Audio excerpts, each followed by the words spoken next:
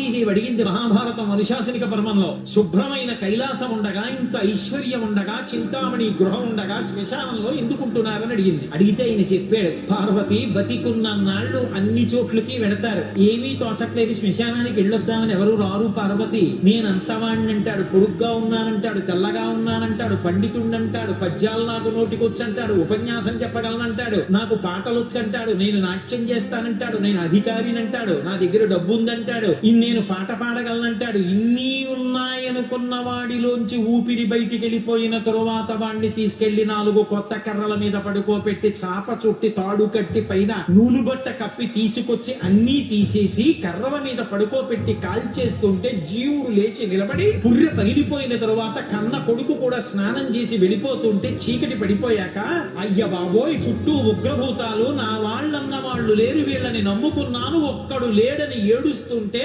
నేనున్నాను రా అని చెప్పడానికి నేను కూడా లేకపోతే చచ్చిన వాడు 1000 మాటలు చచ్చిపోతాడని అక్కడ ఉన్నాను పార్వతి, నా కర్మకాలక్కడ లేనన్నాడు.